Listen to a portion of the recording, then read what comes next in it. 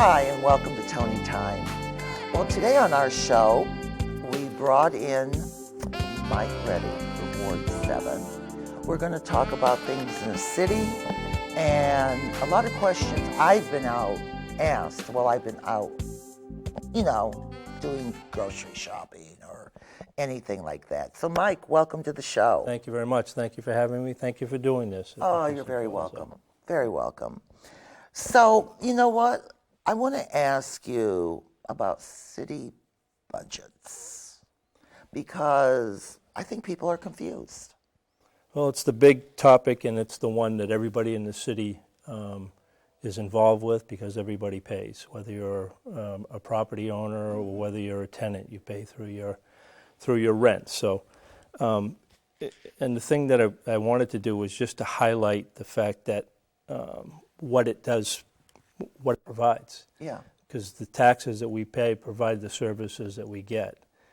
One of the things, you say you get stopped at the grocery store and things, and people do approach me the same place. Hannaford seems to be the biggest spot. That is the big place. For people to talk about it, but oftentimes people will talk about the increase in taxes. And one of the things we struggle with is to keep that at a level that everybody can afford. Mm-hmm. But I've never had anybody say to me, and also I want you to reduce that service.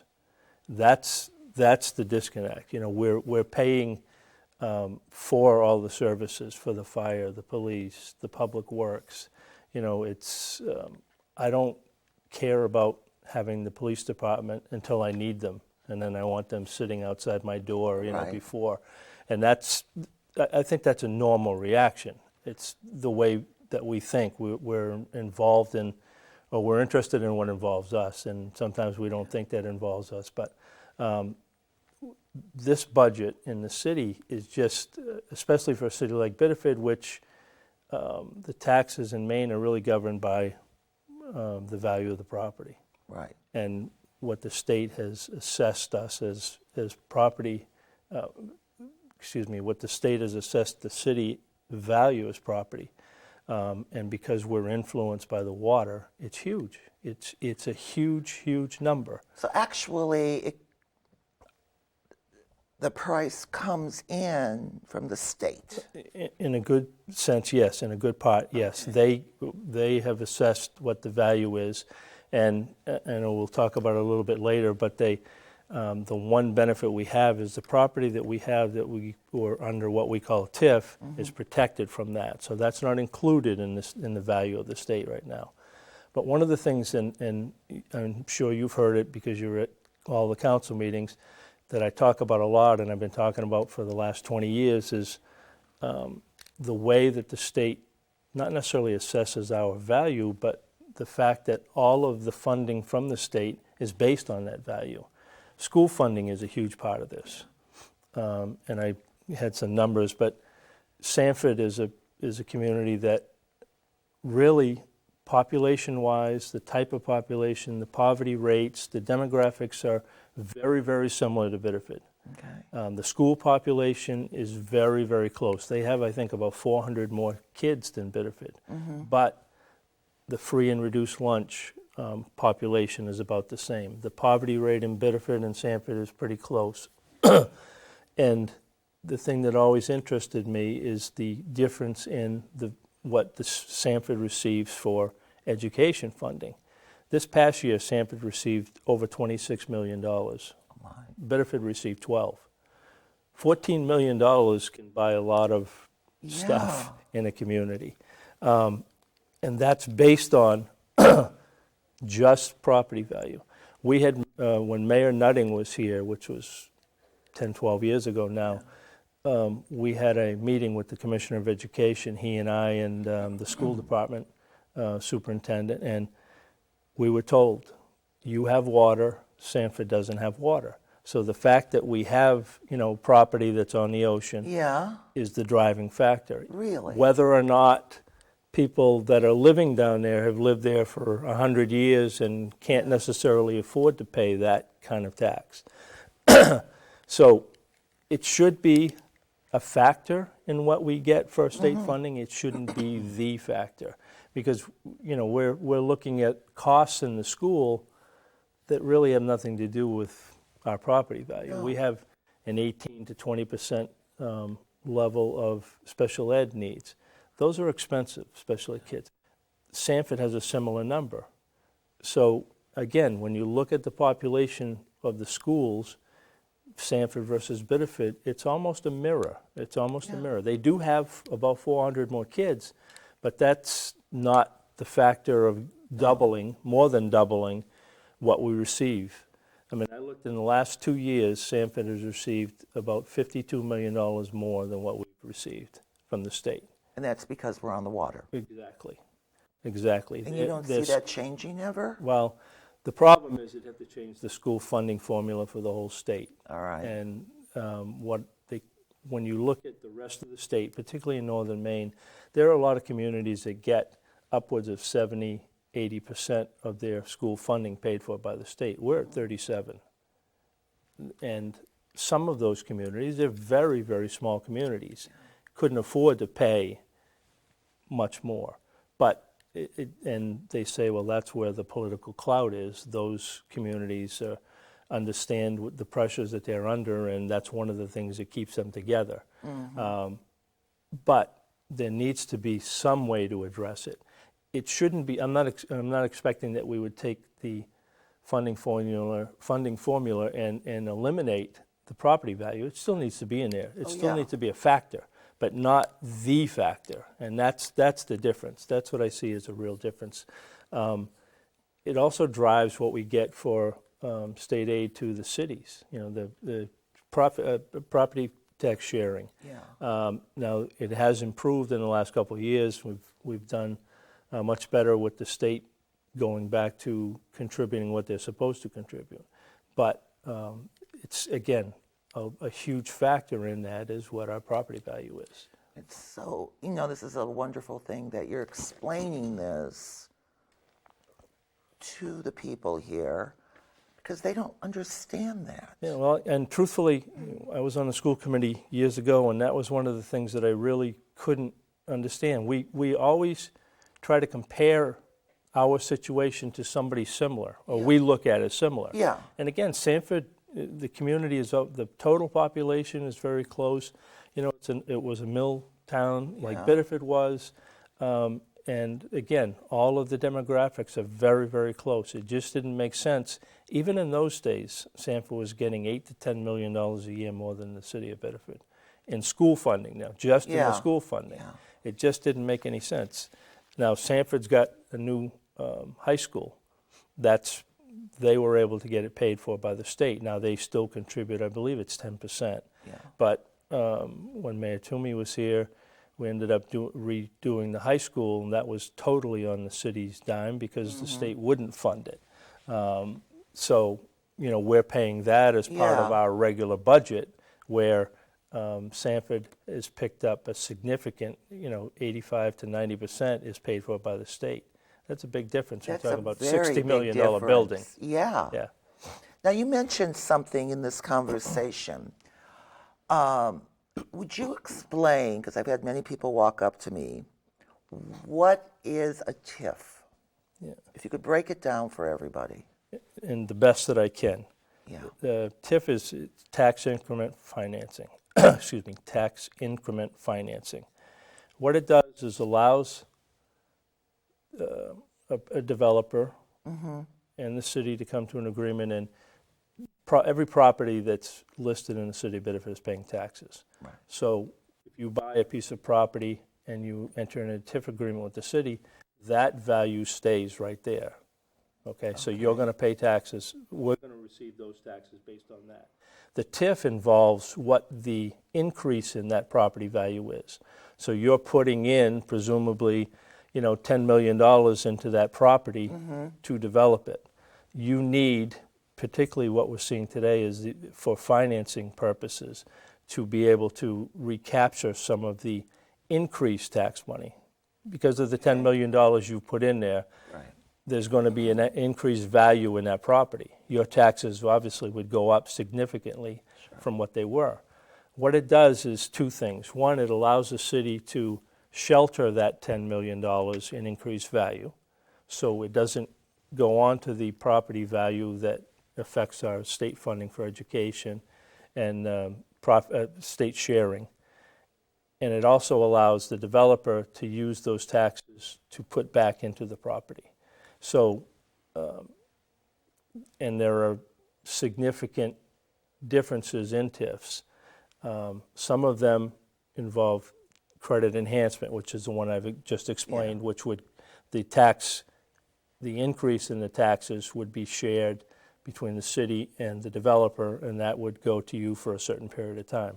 The other one is, we have a TIF for, I don't know, it's close to 20 years now, I think, up at 111. That TIF,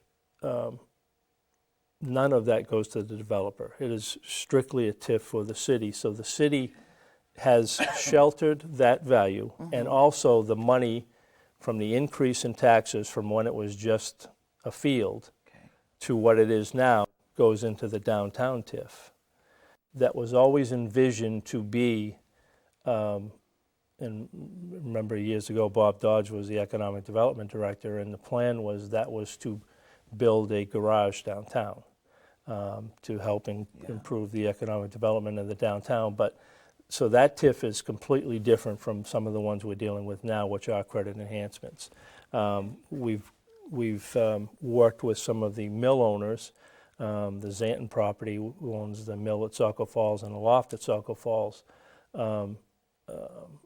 needed TIFs to be able to complete that development. Some of the other things that TIF allows the developers to do, a lot of them are working with Main State Housing. If you have a TIF, and the Main State Housing projects are really, it's almost like a lottery. You know, you have to apply for those. There are a lot of people applying for those projects, and they do it on a points system. So if you're able to get a TIF, which means that you've got some kind of an agreement with the community, then you get extra points for that, because Main State Housing is understanding that the community is invested in this property and that it will be a long-standing property. So they give them, I believe, 5 points on a project like that. Okay. So it helps them set it up.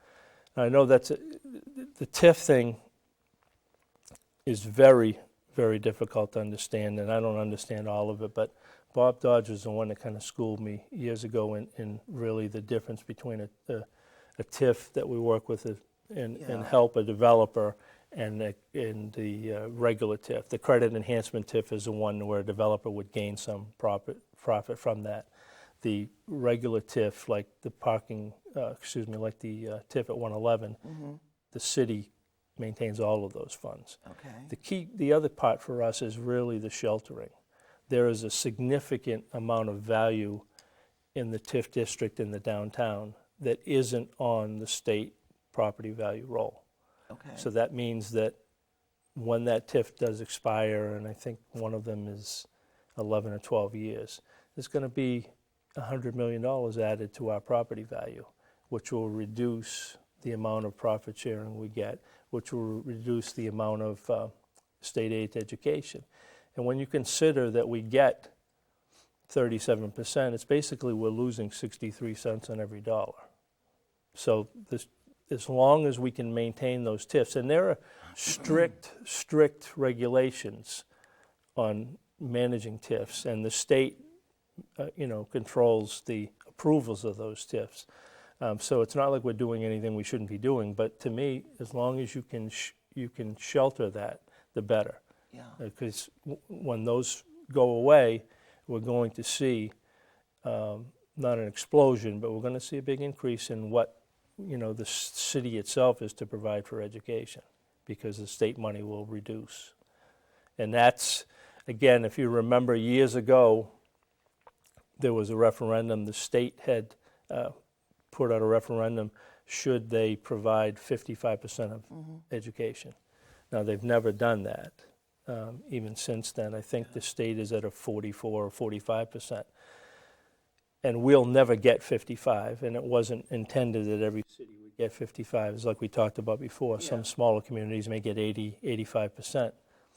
But the bigger the pie, the bigger the whole pie, the bigger our piece will be.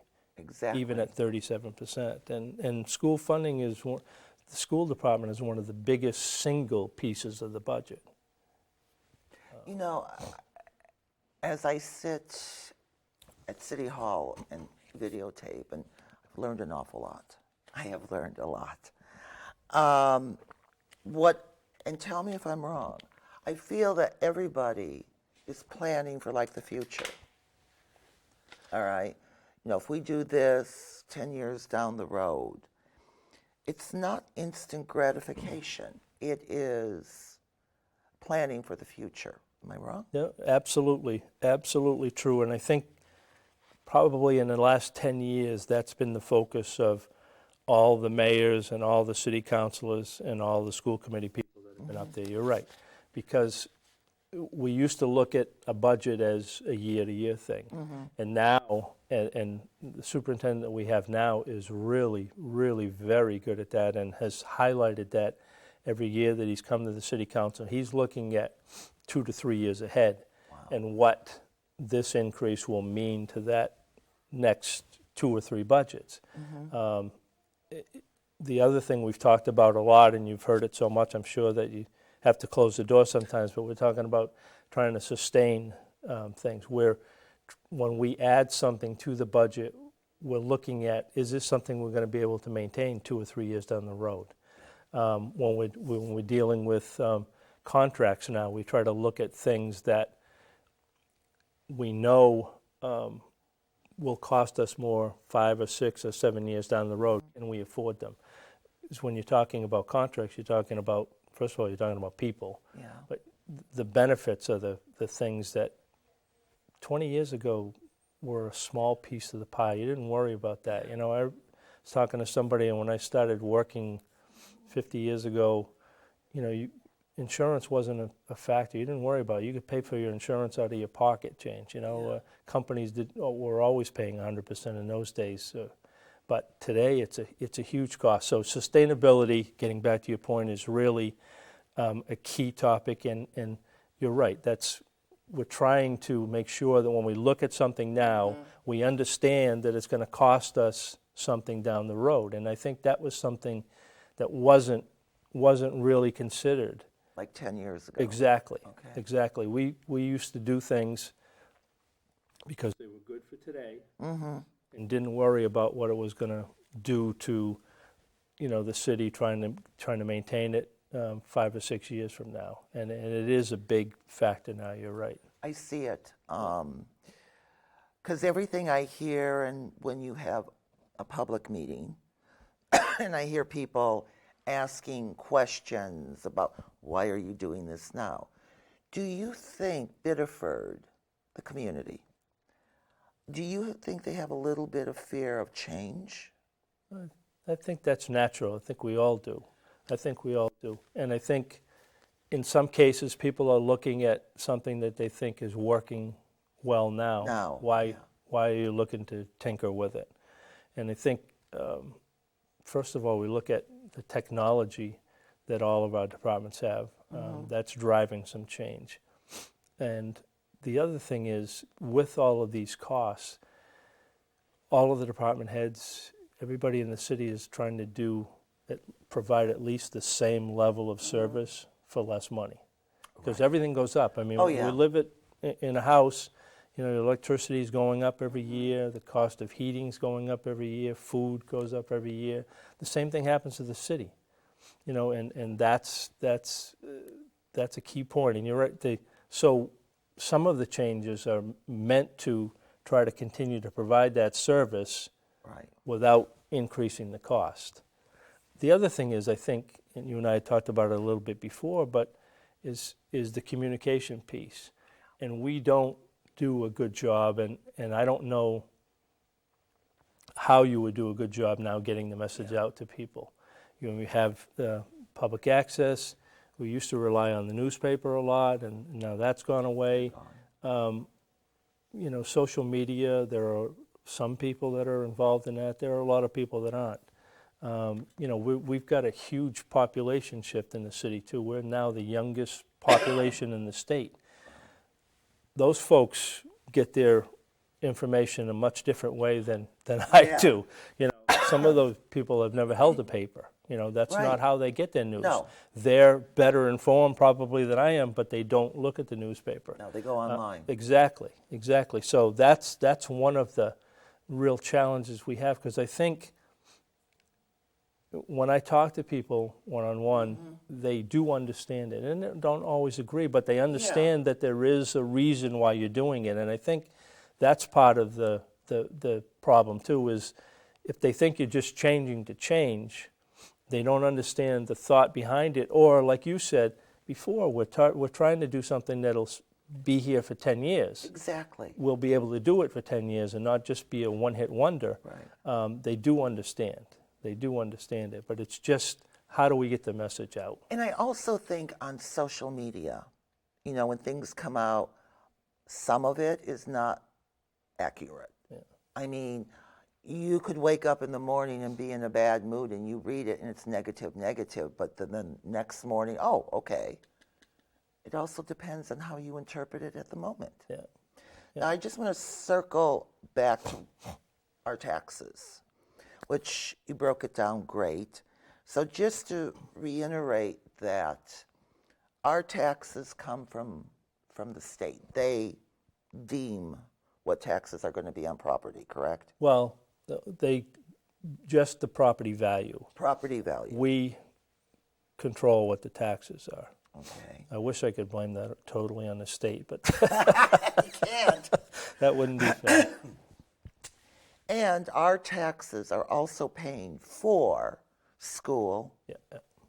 and many other things. So it's not like the taxes are going to City Hall and just sitting there. They are funding other departments. They fund everything. There you you look go. at police, fire, public works, you know, the school, those are the Yeah. big ones. But plowing, I mean, everything that public works does.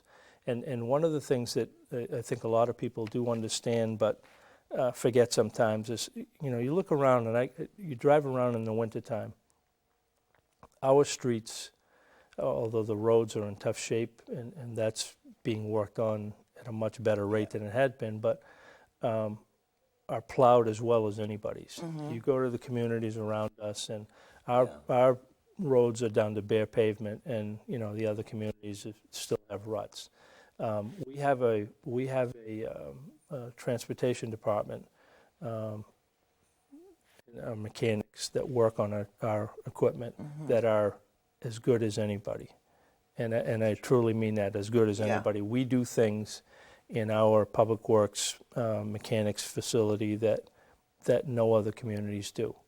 I talk about it a lot, and this was one of the first examples I saw of how progressive and effective they are. We had years ago brought in a new fire truck. I think it was the first new ladder truck we had. Yeah. There was a mechanical problem. Communities typically send that back to the manufacturer or whoever to do the work on it. Our people, it was Carl Marcotte who's in charge of that, brought somebody from the company to do the repair, but his guys and he were there with them, learning what to do in case this happens again. This was the first time that they had ever dealt with this kind of vehicle. Yeah. You know, I don't know if it cost us any more to bring the guy there, but what it did do was train all of our guys on how to work on this type of equipment. To me, that was taking an extra step that wouldn't necessarily have been taken by a lot of people, and nobody would have criticized them for sending it somewhere to be repaired. But it got repaired in a much quicker way because, you know, you send it away and out of sight, out of mind, it's on their timetable. Right. This was done quickly and effectively, and the next time we have an issue, we don't have to bring anybody up. We don't have to send our equipment out. We've got guys that know how to do it because they worked on it with somebody that was expert at it. I mean, that's the kind of thinking that we have in our departments. Our fire department, EMTs particularly, are as good as anybody in the state. Our numbers, and they have a great relationship with the hospital. And they have, one of the doctors is the medical advisor there. The numbers for us reviving people when they get to them in a Yeah. certain time are just unbelievable. It's just unbelievable. This is, the kind of things that you hope to see in a small community. And we have it. And the police department, you think about it, this is a pretty good size city. Yeah. We have 5 people on the road at any one time.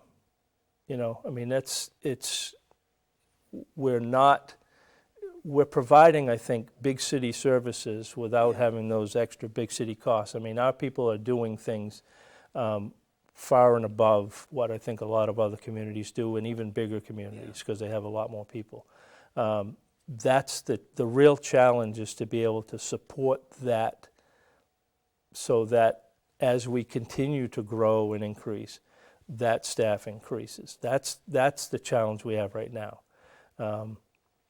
Fire department is a perfect example of staff that, when you look at the numbers that they do in a week, in a month, in a year, our numbers are considerably higher than any other community our size. We have a lot of things where people come in during the day. UNE there's a lot of people out there. Yeah. The hospital brings a lot of people in. There are a lot of businesses in town that bring a lot of people in, and that increases the calls. And the fire department does a tremendous job of providing effective service. And the challenge we have in the city council now is to be able to financially support that. And you talk about, when we bring a fireman in, it's about $100,000. Yeah, When you yeah. talk about the training, you talk about, and we're not, it's not all salary.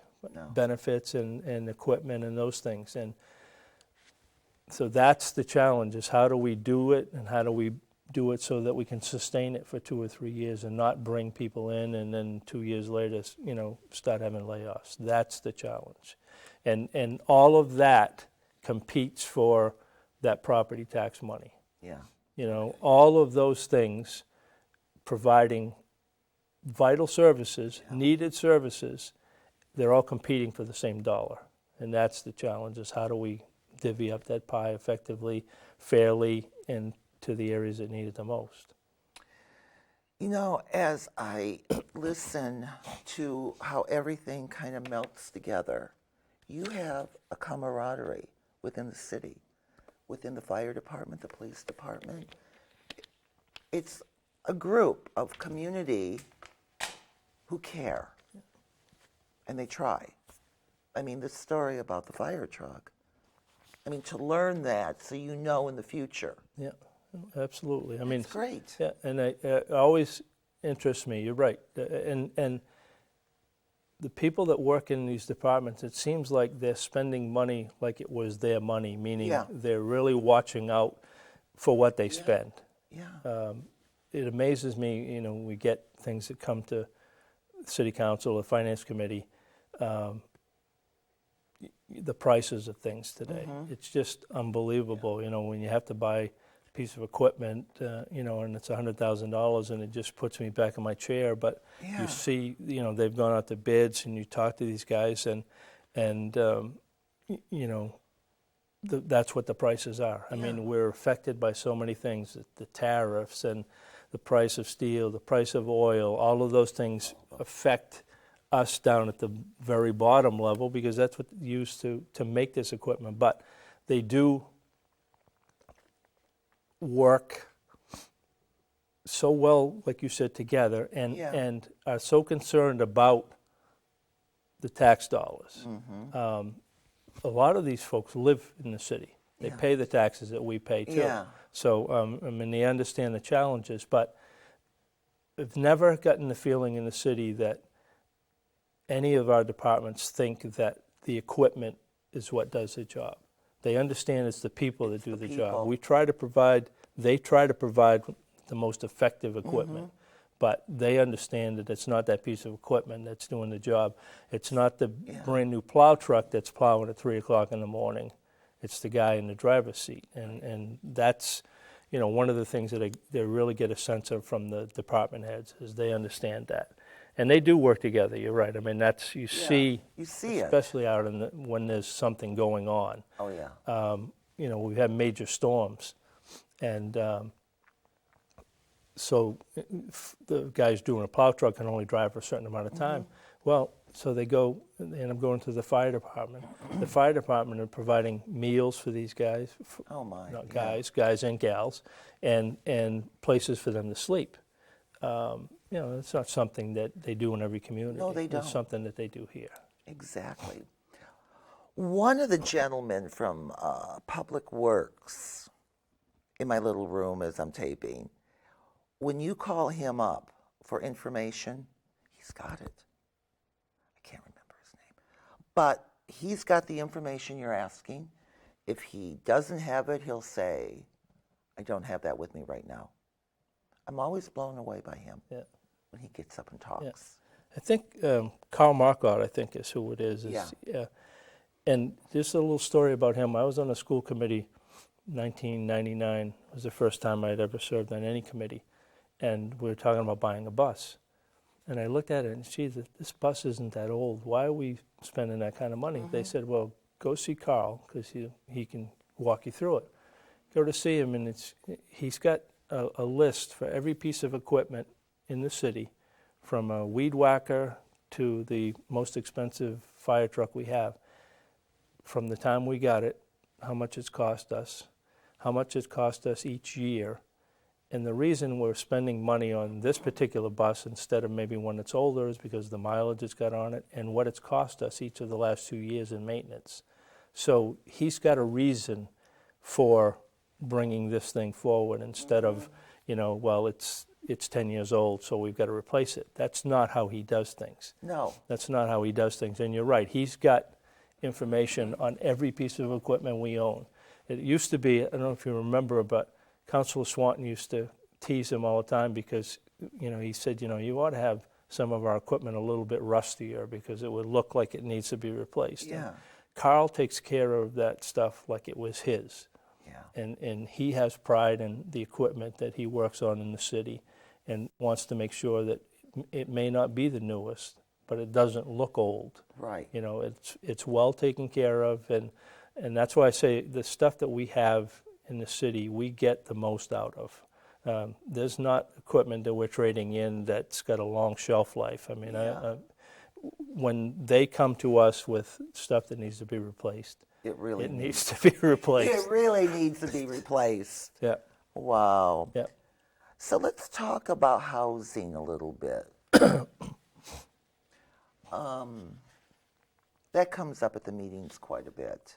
Especially now. Yeah. Because we're, in the last 5 years, we've seen a huge change in the city, in the demographic, in where people are moving into in the downtown. And it does a couple of things. And one of them, and truthfully, I never really thought about until just recently. But with everybody moving into town, it just puts so much pressure on the apartments we have.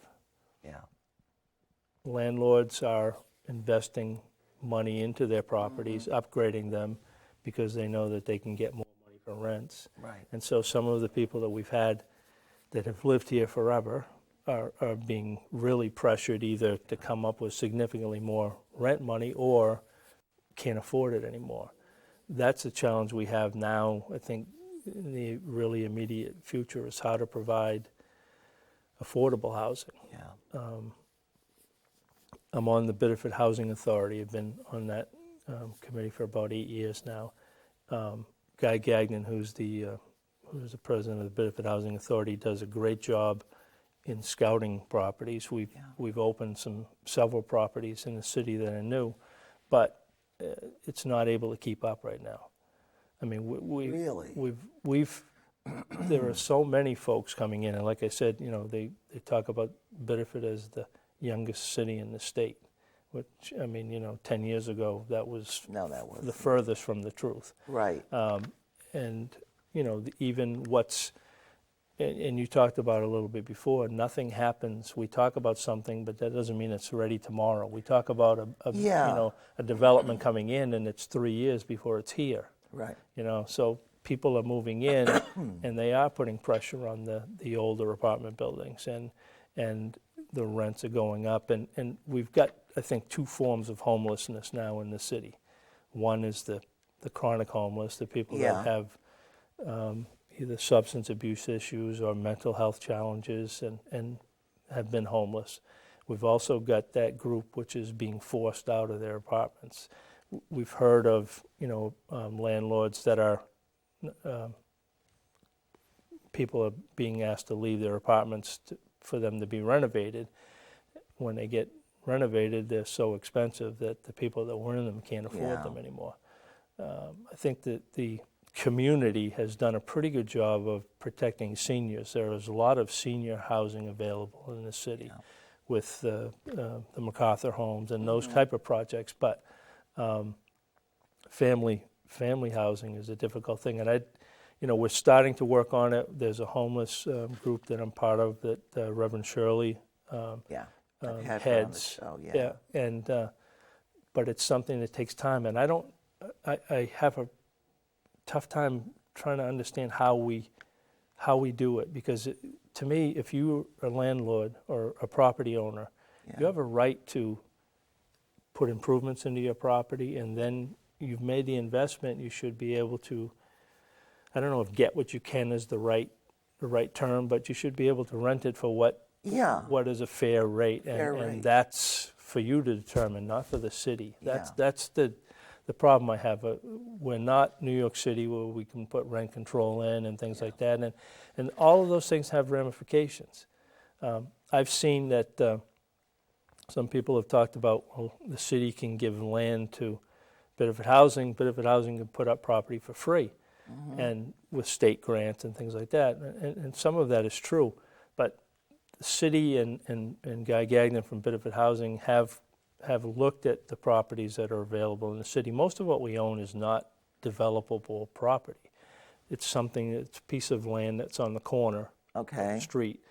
In the old days, probably had an apartment building on it, but that's not allowed anymore. You just can't put a building just kind anywhere. of buildings that, and our zoning doesn't allow all of that. So there is not as much developable property, that's a tough word, as you would think. The other thing is where we put housing is important too. And one of the few pieces of property that I know of that we do own is the 3 Lincoln Street property. Yeah. I think that's necessarily appropriate to take off the tax rolls and make it an affordable housing property. One of the only disadvantage, and one of the things that Guy Gagnon has addressed a little bit as the head of the Biddeford Housing Authority, is that the properties the properties the Biddeford Housing Authority owned are tax exempt, so they don't have to pay property taxes. Right. He has voluntarily come up with a plan to work with the city where he will pay 2% of the gross revenues received from that property. So basically the rents, and he pays 2%.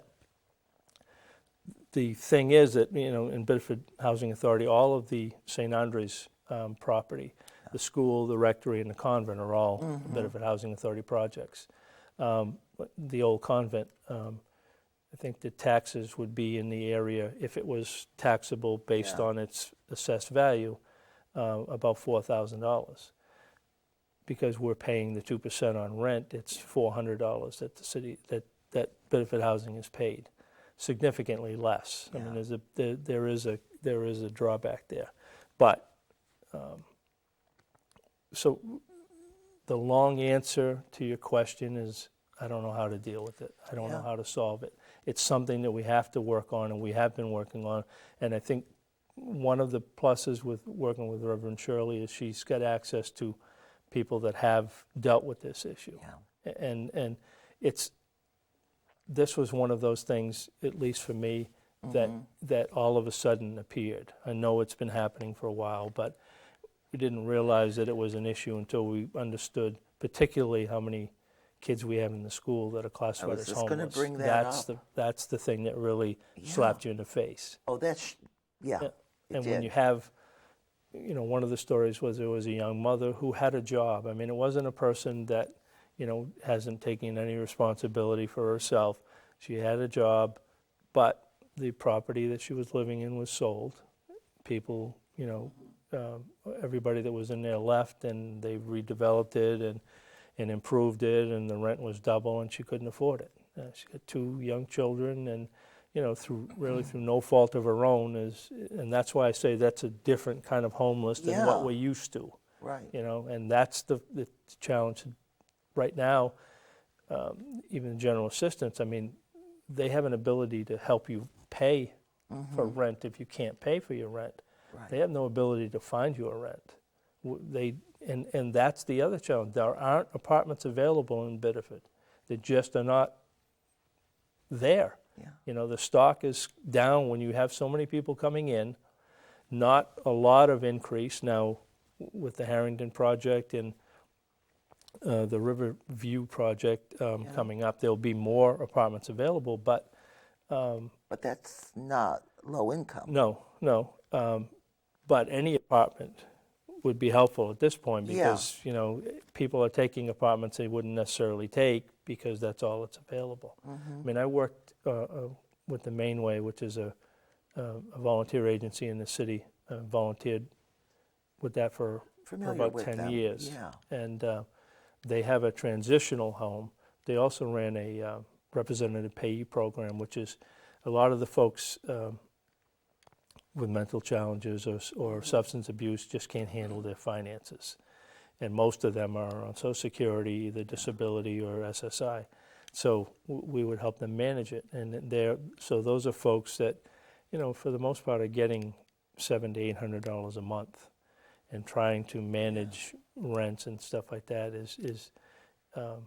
that was the challenge. That was the challenge. And what we were finding is 10 years ago, you could find an apartment for anybody that wanted an apartment. Some of them weren't the best, but they were but now stable we have housing. More volume. Right, and nothing to fill it. We don't have the spaces available for people. It's like Portland, where we had worked with some people in Portland, whether you have a voucher or not, that helps you pay for your rent. If you can't find a place, it doesn't help you very much. So to me, that's the biggest challenge we've got in the next 5 years, is to address that. How do we go about it? That's the problem. I don't know who the expert is in this. Yeah. I mean, that's the problem, because about the story you just told with the mother with the 2 children. Yeah. What are her options? I mean, the kids are probably at friends' houses, sleeping on the sofa. That's a tough nut to crack. And the only other option is, the temporary hotel places. Yeah. And that's, it's off the street and it's safe, but not a place to raise children. Right. That's the thing. And I mean, one of the things that's happening is that some of the kids, we have kids that are in the Biddeford school system that truly are homeless, but are living in other communities, because that's where they were able to find temporary housing. Yeah. Trying to at least not uproot them from the school, try to give them some stability. Yeah. But that's the toughest thing we have to deal with. Oh, absolutely. And it's not something that the city, any city, has total control over. We don't own a bunch of property. We don't own a bunch of buildings that are there waiting for people that are in need. And the other thing is we have this, and it really affected the schools, but it affects this too. The school department now has about over 220 kids that speak different languages. Yeah. We've got 9% of our school population that speaks different languages. I'm at City Hall quite often and at the General Assistance Office quite often, and there are still people coming, and not the influx of people that Portland saw, not the asylum seekers necessarily, but people that are here legitimately coming to Biddeford, looking for places to live, and because they have family or something here.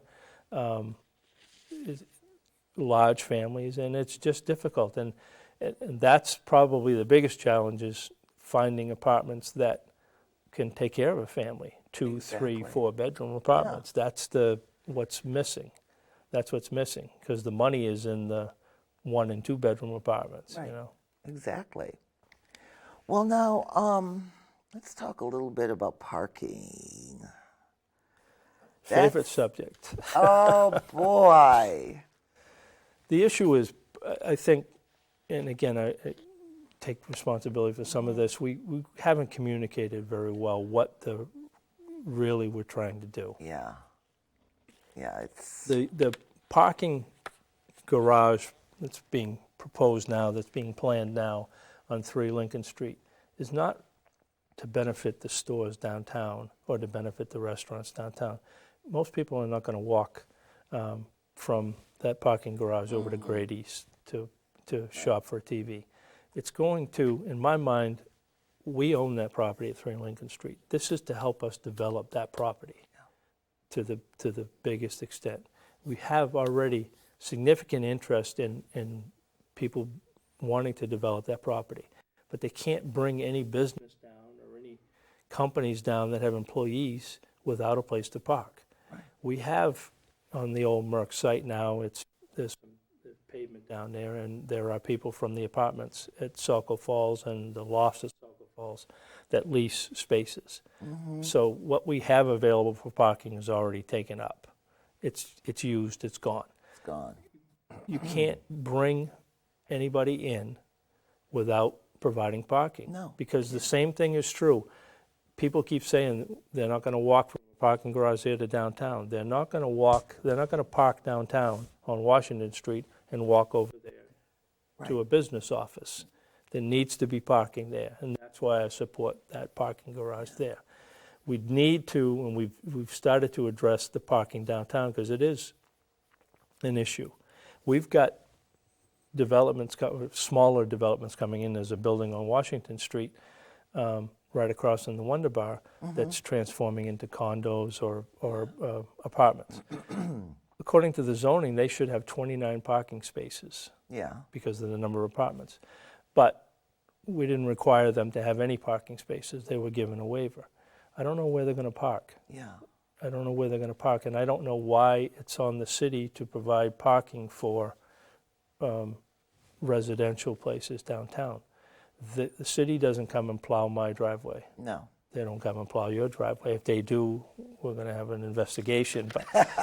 But everybody is responsible for their own parking. And it's been forever, and this is one of the things you talked about before, change, that, that parking was available to anybody who wanted to park there, whether you were, you live downtown or not. Well, there are more and more and more people living downtown.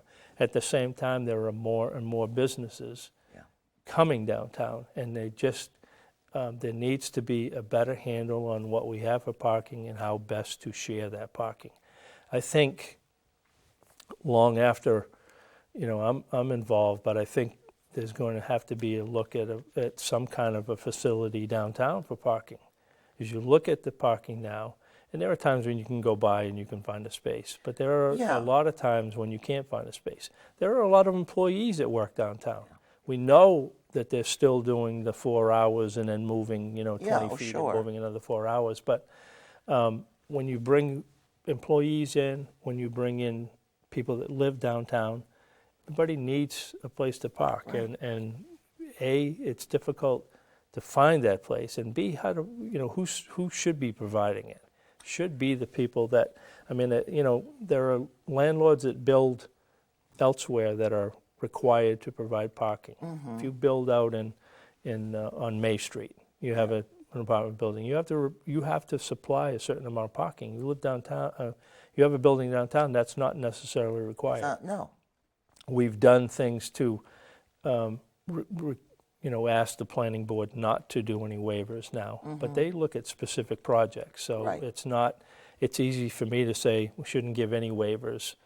They're looking at a specific project and weighing that project, and that may be a little bit different. But I think that's the other challenge. So I fully understand that parking garage on 3 Lincoln Street isn't going to help all the businesses downtown, other than the fact that it may alleviate some of the parking that's there for businesses, and folks may park in that lot, particularly employees, and alleviate some of the downtown parking. But this is truly, truly to help develop that property.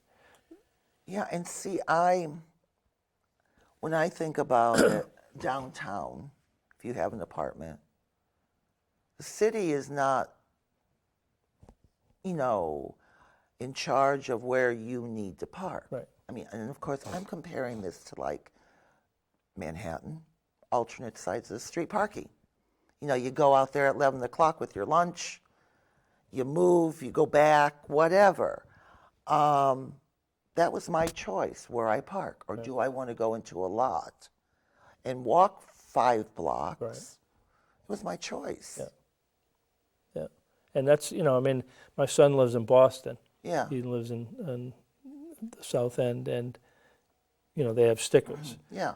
which doesn't guarantee you a space. No. It just says if you park there, you won't get towed. Right. So, those are things that I've thought about a lot, and I think one of the concerns we had is that employees parking downtown would start to push a little bit further into the residential neighborhoods, and then the residents wouldn't have places to park.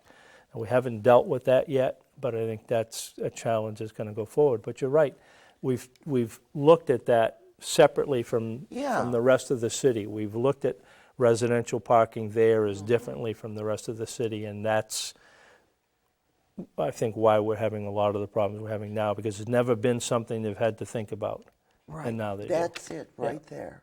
Yeah. That is what it is. Because I can go downtown, I find parking on the main street. Nothing has changed there. Right. It's the parking lots Yeah. Yeah. have changed. Yeah. And every city, wherever they are, they charge for parking. It's a given. Yeah. So as I listen to the people, and I surely understand the shop owners, the employees, fixed income, I understand that. But I think you're in charge of your parking. Yeah. And again, we talked about this earlier on, but trying to come up with something that's sustainable. City can't afford to provide all of that, especially the parking lots. The city takes care of all the snow removal. Right. The city took care of all the paving in the lots on Jefferson Street. Those lots are in great shape. And one of the things we did is there's a change to Franklin Street where from Main to Jefferson, I think it's two-way instead of one-way. And it ended up providing a significant amount of on-street parking on Franklin Street. So those businesses that are adjacent to that ended up having more parking available to them because the on-street parking. There have been, I think, changes for the positive. I think, again, part of it is the communication piece, where things happened, not everybody was aware of what the changes were going to be. Some of it was confusion. Look, miscommunication. Exactly. Too, we had been doing this for 2 weeks, and I went down to Time and Tide to have coffee, and I came out and I had a ticket on my car because I parked in a spot. I looked up, and there's a sign that said loading zone only. Well, I don't know who I was going to blame. I mean, I wasn't smart enough to look at the sign. I just thinking this is Biddeford. You can park wherever you want. And I think it's improving. I really do think it's improving. I know there are people that are still upset about it and upset about the change, but I think the way it's been administered is better than it was. I do too. We're still improving, but I really think what we're seeing now, and we're going to continue to see, is the fact that we need more space downtown. Yeah, exactly. Well, we're getting short on time, Mike, but there's one more question I want to talk about with you. The pilot. The payment in lieu of taxes. Explain that, because I hear a lot about this at the planning board meeting. Yeah. Would you explain that to us? Yeah. Pilot payment in lieu of taxes is when the city has an agreement with a nonprofit, the hospital, UNE. We talked about Biddeford Housing. Biddeford Housing is entered into a pilot agreement, really paying 2% of the gross rents that they receive. UNE and the hospital are the two big ones. About 5 or 6 years ago, the mayor had a group of councilors take a look at this. And based on, there was a lot of talk about cities like Boston, bigger cities, and how they were doing, because Boston has a huge amount of hospitals and colleges. And so they were able to come up with some kind of an agreement with those entities. But what they did was they looked at not only what they provided them in payments, but what they do for the city. What kind of contributions do they make that aren't necessarily cash contributions? What do they provide for the residents of Boston? What do they do, for the whole community? What, do they do clinics? That kind of outreach stuff. So we took a look at that, trying to incorporate that, because that is a cost to them. What do their employees do that benefit the city? And so we're doing that and trying to be fair with those. And we talk about UNE and the hospital because they're the two biggest. Right. They're the two biggest. And UNE does have an agreement with the city to pay $50,000 a year. When you look at the amount of property that they have and where it is and the value of that property, it's not anywhere near what they would have to pay for taxes. But it's an agreement that they've made that they didn't have to make. Okay. So anyway, getting back to that committee, we didn't come up with a plan of how to solve it because we, at that time, and I think it's changed now, I think the leadership at UNE is more responsive to the city and at least talking to the city. That may be something that we can bring up then, but bring up again, but it wasn't something that was really available to us at the time. They have no responsibility to do this. They don't have to sit with us. They are legally allowed to, it's a tax exempt property. Yeah. So anything that's related to the college, they don't have to pay taxes on. The fact that they made this agreement, and even though I think the term of the agreement is expired, they continue to pay the $50,000 a year, is something that they don't have to do. I think that they should be at least willing to discuss with us, looking at it again, but it's not a requirement, and that's the important thing. There's nothing the city can do to say to UNE, you will pay this amount. Because they don't have to. Exactly. And there, you look at most communities, they don't pay anything. I think what we really need to do is to do what we tried to do in that group, is to identify all of the things that UNE and the hospital do that they're not required to do either. UNE has a lot of interaction with the school department. True. Which would cost money if you had to bring in somebody to do these kind of things. They do a lot of stuff with environmental things. I know each year they used to do something with the solid waste committee and the schools to try to help the kids understand environment, particularly around recycling and other issues. So, but to help us understand all of the impacts that they have, and to include that as part of a pilot. Right. But until we have an agreement to sit down, there's nothing that the city can do. Nothing that the city can do. I know that Governor LePage had tried to put something, is that for you, in effect, but it didn't go through. So. Well, I wish we had more time, Mike. We've covered a lot. Yeah. We really have. And we're out of time. Thank you very much. I appreciate this. I appreciate the fact that you're willing to do it, and it's very helpful. So, well, this is my way, my contribution to the city. I've learned a lot at City Hall. I enjoy watching and listening to everyone. I really do like it. Yeah, well, there is a lot to learn. That's for sure. I've learned a lot since I've been on the council. So yeah. Good. So I want to thank you for being on the show. I hope you come back again. Whatever we need to cover topics, it'd be great. Thank you very much. I appreciate it. And I want to thank everybody for watching the show today. I'm a little clearer on everything in the city, thanks to Mike. And I hope you are too. So we'll be talking to you next week. Have a good weekend, and see you later.